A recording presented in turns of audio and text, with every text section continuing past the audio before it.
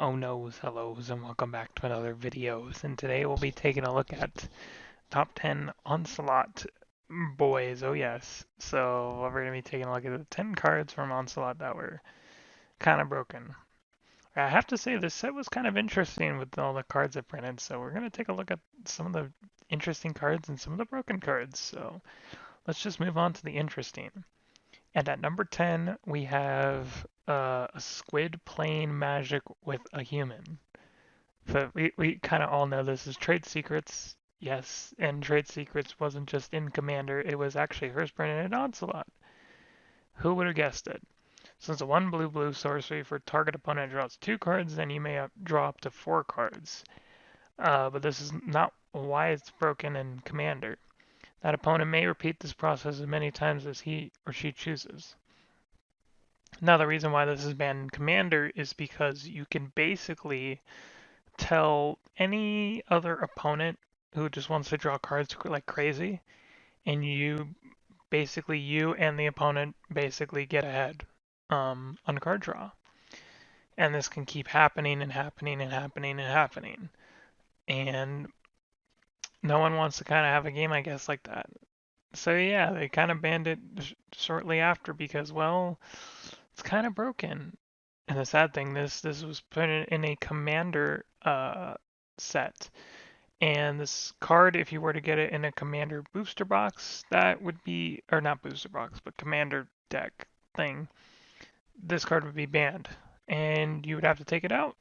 So yeah, guess Wizards learned their lesson. But seriously, when do they ever learn, honestly? So let's move on to number 9. And then number 9 we have Well-Wisher, which is kind of unexpected why I put it on this list, but I'll tell you why. And it has a lot to do with Pauper. You see, Well-Wisher was actually played in Elves decks in Pauper, and it was a good card against more aggro-based strategies. You could put it in sideboards to basically gain yourself up to higher life totals, so you wouldn't get destroyed by affinity. And yeah, it was basically a card you would have to just run because you had to. So yeah, it's played in Elf decks still in Pauper, and I think it's remained that way, although I don't really see it that much anymore. Yeah, aggro decks and Pauper are kind of non-existent. It's more control-y based, so you can see that more often, honestly. Okay, and at number 8, we have Wirewit's Symbiote. Symbiote? It's not Symbiote. It's Wirewood Lodge. There's also Wirewood Symbiote. This is where he lives. So it's a land that you can add 1 to your mana pool, but the most important part is you can untap and target elf. So this was played in it used to be played in old elves decks in the old standard. It was also played some in a bit in Legacy Elves, but they don't use this card anymore because there's more valuable elves now that kind of do this. So, but yeah, this list is going to consist of a lot of elves and a lot of elf payoffs. But you're also going to see other tribes too. So yeah, it's pretty filled up with just tribes of all sorts. But you're basically going to see all the iconic tribes basically. So yeah. So speaking of iconic tribes, at number 7 we have Goblin Piledriver. Oh yes, it's a one red goblin and it has protection from blue, and sometimes that's relevant. But whenever Goblin Piledriver attacks, it gets +2/+2/+0 until end of turn for each other attacking goblin. So this thing can swing for a hell of a lot. And it's really good in the Goblin decks or it sees play in Modern, it sees play in Legacy. Heck, it even sees play in Vintage. There's some Goblin decks in Vintage, but some of them are kind of falling to the wayside since the way Vintage is going. But still, a pretty powerful card. And I don't know if I would call that a pile driver because, well, in order to do a pile driver, you would have to flip your opponent just dead on his face. You would take you basically grab him by the legs, and his head would hit the floor first, and you just boom as a pile driver. I don't know how a goblin would do it, but I guess they found a way to do it. So Yeah, it's very weird what this art is kind of depicting, but you get the point. So yeah, so and here we go at number 6 where we're getting more interesting stuff, and is Chain of Vapor. So interesting card. So it's 1 blue instant for return target non-land permanent to its owner's hand. Then that permanent's controller may sacrifice a land. If that player does, he or she may choose to copy the spell, and of course choose new targets for the copy. So you can see why this was broken. It was broken because you can kind of keep the chain going, and anyone can keep the chain going. This sees some play in Legacy. I actually seen it some play in Legacy. Not gonna lie. So yeah, even if the old standard was pretty good too, but this is just overall good card, and it actually is a staple in CEDH decks because well, you kind of want to be disruptive all the time and get rid of problemsome stubs on the board. Why not just do it for 1 mana while you keep your counter spells on? So yeah, it's that powerful. Sometimes the sacrifice land doesn't need to come into effect, honestly, because maybe they just don't want to sacrifice a land. It can be true in some cases.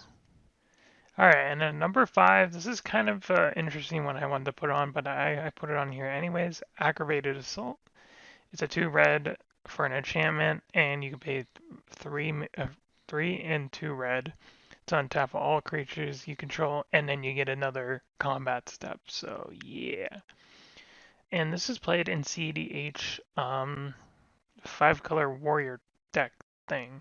Yeah, and you can create infinite mana, and this just you can perfectly sync it into this ability and get infinite combat steps. So yeah, but most likely or not, you have to get the combo first, which can be kind of hard to do. So yeah, basically it's a one-trick pony. It just does what it does, and you do what you do. And I gotta say, I didn't realize this at first, but those are goblins just beating up a person. That's hilarious. Not gonna lie. Alright, let us move on. So, what is worse than an aggravated assault? Well, how about an Astral Slide at number 4? So it's a 2-white enchantment for whenever a player cycles a card, you may remove a target creature from the game. If you do, return that creature to play under its owner's control at end of turn. So yeah, this was actually played in a really iconic deck in the old standard, and it was well called Astral Slide, and you would have won a lot of slide cards, but they were cycling cards, and you would run like cards like Decree of Justice to kind of make your way to Value Town and just put out angels while tapping down your opponent's stuff, but not really. It would be used to like exile one of their problemsome creatures. And the finishers were either Lightning Rift or an angel they happened to have in the deck. Because, well, I guess there was like an angel that finished off the game too. So, yeah, very weird. But most of the times it was Lightning Rift. And that's what it kind of enabled too. So, I'm honestly surprised Lightning Rift was printed. I don't know when it was printed, but it was printed some time ago. But anyways, yeah, Lightning Rift was printed like in the future, some distant from a standard, and that was the win con. It became a deck because I think Astral Slide got reprinted in a time spiral, so it became legal. So yeah, pretty nifty, not gonna lie. All right, and let's move on to the kind of the broken mess cards, and that's the number 3 is Birch Lore Rangers. So yes, it's another elf card. We all love elves. Well, at least some people do. It's a 1 green elf for 2 untapped elves you control, and add 1 mana of any color to your mana pool. Now, this isn't affected by summoning sickness, so you can easily do it with just 2 virtual rangers in play, or your tokens or anything else to create a lot of mana. So this actually sees play in Pauper Elves, like I was just talking about. But this is more dominant in sees play because it's actually still being played in Pauper Elves to this day. Well, because it's also being played in Legacy Elves as well. And you guys thought it wouldn't get better than this. Well, it did. So yeah, you can add just a crap ton of mana and create a crap ton of elves. So that's what Elf Ball pretty much is. And this card is probably the best example of what Elf Ball can do. So yeah, very, very powerful card. Don't underestimate it. I mean, Elf's gonna beat your ass. And, well, this one ain't no joke. It's not playing around. I wouldn't use Morphability either. It's not even worth it. Just play it, tap it, add 1 mana of any color. Just keep those elves going. And let's move on to number 2 before I get ahead of myself. And number 2 is Kirk Prospectors. So I think a lot of people have heard about this card as a 1 mana goblin. Sacrifice a goblin, add 1 red to your mana pool. So kind of like the card we were talking about, but on steroids, because well, you get a lot of goblins in play, and you could sacrifice all of them to cast. What do you know, Muxus. So this actually sees play in historic goblins decks, and even in legacy goblins decks to get really good value. And it's just a really popular staple in goblins decks because it can ramp you while also providing a body.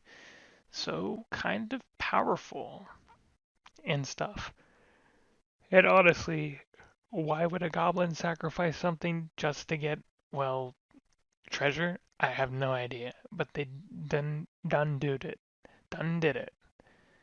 Yes, I use that term.